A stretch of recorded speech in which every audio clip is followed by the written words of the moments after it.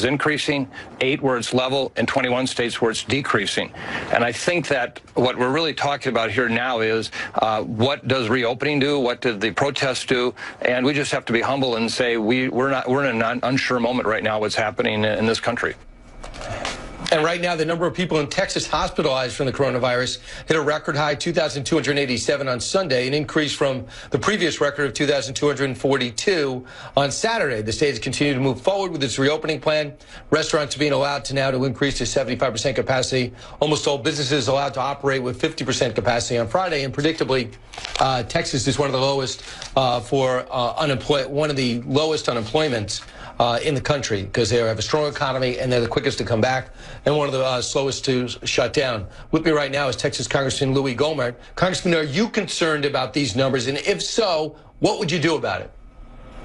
Well, you have to be concerned when the numbers are increasing, but you also have to be concerned about, the shutdown and the adverse effect it has had on people's lives. And I just lost my aunt, and it wasn't to COVID, but the treatment is really affected when the loved ones can't get into the hospital to see the ones they care about, to make decisions and what should be done.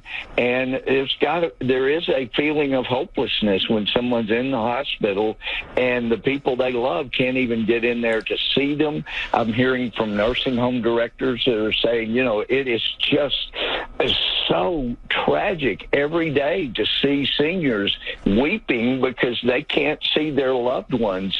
They're not allowed in. Well, that's the place, as we know from New York, and the governor and the mayor sending people in with COVID into nursing homes. That was just really nuts. But still, we need to protect our seniors, the most vulnerable. But there are consequences to what has been happening. But sure, Brian, we're concerned anytime numbers go up. If you look in the state of Texas, the biggest problem in the state is in Houston, it appears. Between Houston and Dallas, the 31,000 of the 89,000 cases in a state with 254 counties, those are, big problem areas. But you combine Dallas-Fort Worth area, you're looking at about 31,000. With Houston, about 31,000 of our 89,000 cases. In East Texas, the biggest problem counties are right on the border with Louisiana. As you know, Louisiana just is overwhelmed with COVID. But, we got to be smart about it. But I can't help but think that this is the first time in American history that our economy has been so shut down. Is not because we hadn't had pandemics. As you know, the Spanish flu you talked about previously, there were many times the number of deaths in the Spanish flu in 1918. And even the Hong Kong flu back in 68, 69, we had over 100,000. But I can't help but think that this is the first time we've had a total economic shutdown, is because this is the first time in American history when people were so miseducated as to freedom that this is the first time in American history where they've been willing to. The president said, Louie. Yeah. But the president said he had no choice because of what he's been told. No, I understand. But now that we see the scientists backtracking on the surface, he said they're backtracking on, can you pick it up from a surface? Do they say, can you backtrack? Should we wear masks? Now we shouldn't. And they say, if you're asymptomatic, don't worry about it. And then they say, worry about it. I have never had less faith in the scientific community than I do right now, because what they're not talking about is the economic, the problems that people are going to have emotionally and financially if you're one of the 40 million that lost your job through no fault of your own. Jobs that may never come back. And I get the sense that in these Democratic states, they just don't mind until Election Day, where they're convinced Joe Biden's going to win. Yeah, no, I couldn't agree more. And President Trump did not have any choice with all that was before him. I don't think he had a choice. But for the scientific community, as you said, Fauci and these others, I mean, how many times has he been on both sides of an issue, back and forth, back and forth? It's just crazy. And people's lives are destroyed literally because of the bad advice. You know, he can't be right both times when he's on both sides of an issue. Yes, don't wear a mask. Yes, wear a mask. You know, all these different things that he said. And then not to come out and condemn the protests and the people not socially distancing more than he has. That's right. Pretty ridiculous. But and you know, I was with President Trump. And you know, I want to bring you to this. He's not the only one. Not only Fauci. I'm looking at the governor who's getting, up until recently, he was getting nothing but accolades for his handling of the coronavirus. Even though the numbers are through the roof, he basically put these nursing rooms on death, signed their death certificate by putting the infected patients back in these nursing homes. Listen to Governor Cuomo. First he says, congratulations, you have record low number of deaths, you bent the curve, you've done everything we wanted, and then comes out and says this, cut 52. I am warning today, in a nice way, consequences of your actions. We have 25,000 complaints statewide. I'm not going to turn a blind eye to them.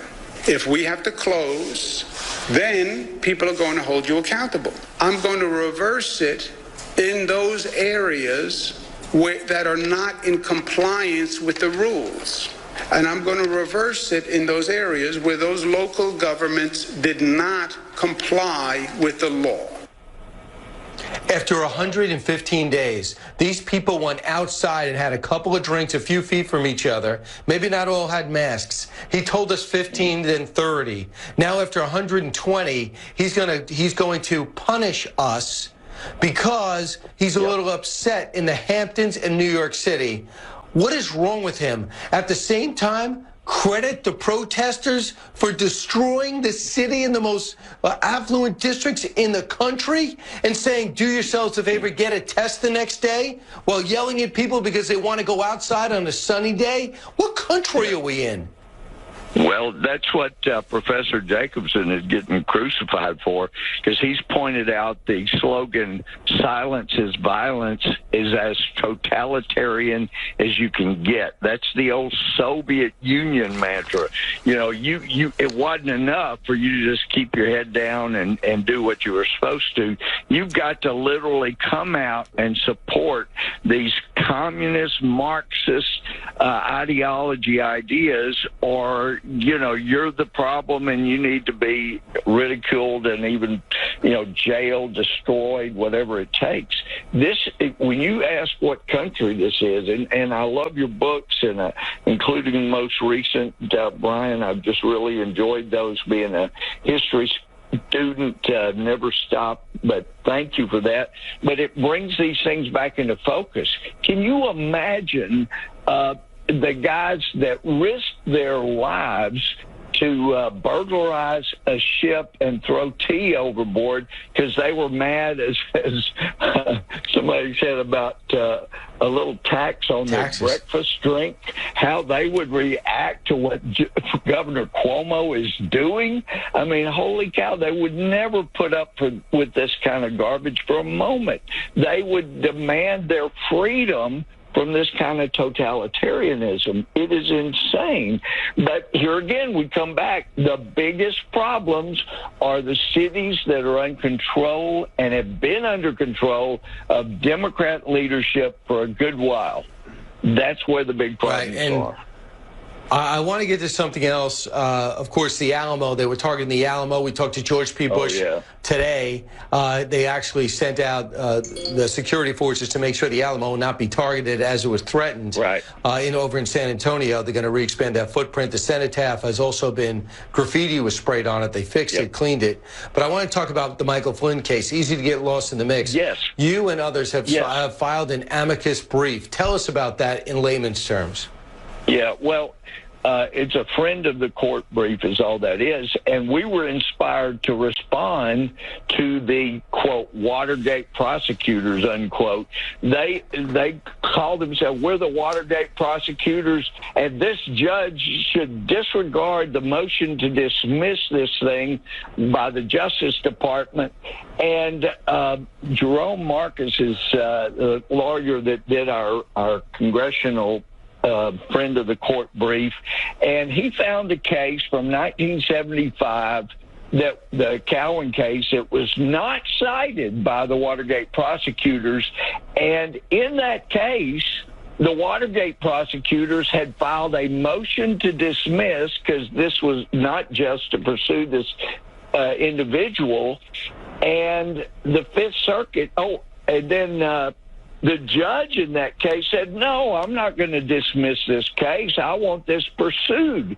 And what did the Watergate prosecutors do? They took it to the Fifth Circuit, Federal Fifth Circuit Court of Appeals, and demanded that the judge be ordered to dismiss it. And the Fifth Circuit came back and said, no, judge, you're a federal judge, but you have no authority to pick and choose which things you follow when it comes to motions to dismiss by the prosecution. So you have no authority.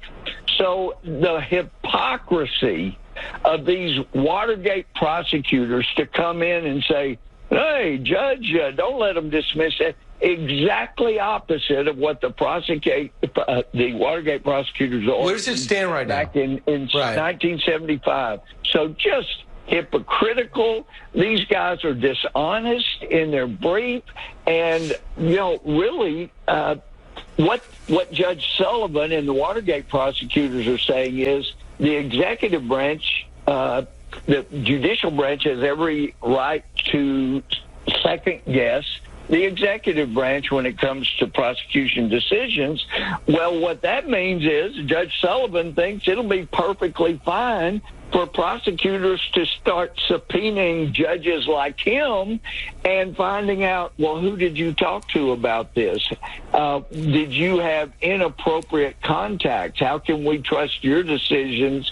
I mean, once you blur that line between the Justice Department and the judges, as Sullivan is doing, former Watergate prosecutors are doing, then it leads to chaos. But it comes back to just pure hypocrisy. Where are we at right now with this case? Is going to find out something this week? Yeah, well, that's the hope. Hopefully, the D.C. Circuit will come back with a decision this week or next, so that this case will be dismissed, just as the prosecution required it. But for the judge to participate in this ongoing effort to bring down a duly elected president is an outrage, and it's adding to the instability of this country. All right, Louie Gohmert, Congressman from Texas, thanks so much. Thank you for all you do, Brian. Thank you.